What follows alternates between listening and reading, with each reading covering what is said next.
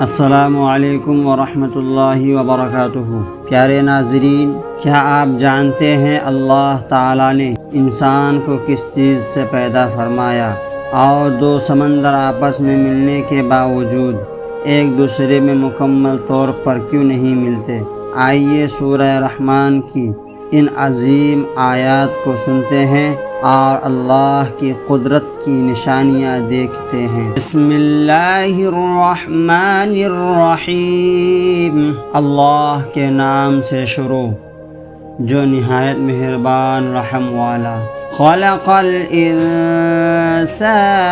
من صلصال کالفخار، اس نے آدمی کو بنایا بجتی مٹی سے جیسے ٹھیکری۔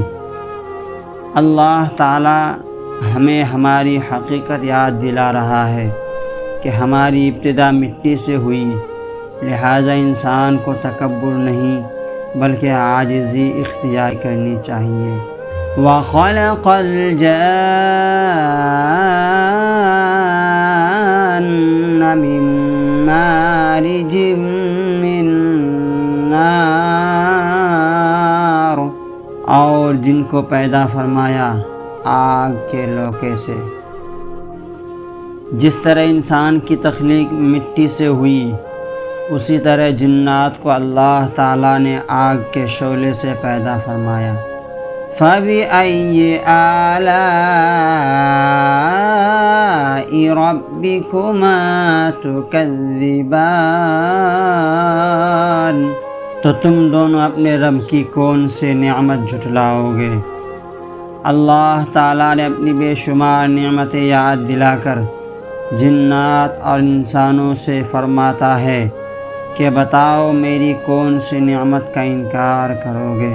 رب المشرقین و رب المغربین، دونوں پورب کا رب اور دونوں پچھم کا رب، سورج کے طلوع و غروب کے تمام نظام کا مالک صرف اللہ تعالی ہے۔ فَبِأَيِّ آلَاءِ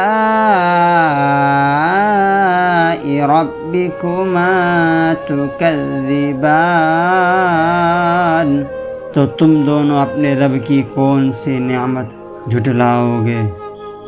اللہ تعالیٰ نے اپنی بے شمار نعمتیں یاد دلا کر جنات اور انسانوں سے فرماتا ہے کہ بتاؤ میری کون سی نعمت کا انکار کرو گے؟ مرج البحرین یلتقیان، اس نے دو سمندر بہائے کہ دیکھنے میں معلوم ہو ملے ہوئے۔ بینہما برزخ لا یبغیان، اور ہے ان میں روک کہ ایک دوسرے پر بڑھ نہیں سکتا۔ یہ اللہ تعالیٰ کی عظیم قدرت کی نشانی ہے کہ سمندر ملتے ہوئے بھی اپنے نظام کے مطابق قائم رہتے ہیں۔ اللہ تعالیٰ نے ہماری تخلیق زمین، آسمان اور سمندروں میں اپنی قدرت کی بے شمار نشانیاں رکھی ہیں۔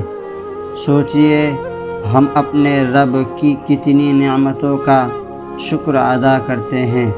فَبِأَيِّ آلَاءِ رَبِّكُمَا تُكَذِّبَانِ۔